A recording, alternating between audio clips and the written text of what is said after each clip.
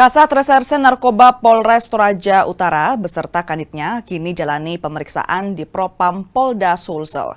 Keduanya diduga menerima setoran belasan juta rupiah dari jaringan narkoba.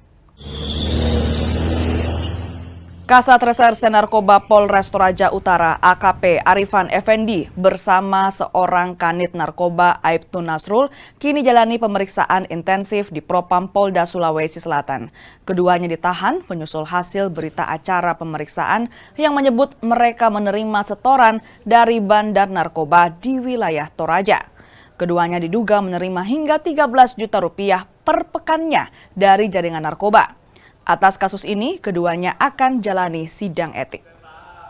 Bid Propam Polda Sulawesi Selatan hari Rabu kemarin tanggal 18 Juni 2026 telah mengamankan AKP AF Kasatres Narkoba Polres Toraja Utara dan Aibtu N, yaitu Kanit 2 Res Narkoba Toraja Utara.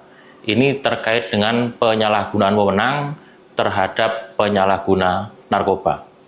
Sekarang sudah dilakukan patsus oleh Propam dan masih terus dilakukan proses pemeriksaan untuk selanjutnya dilakukan nanti sidang kode etik.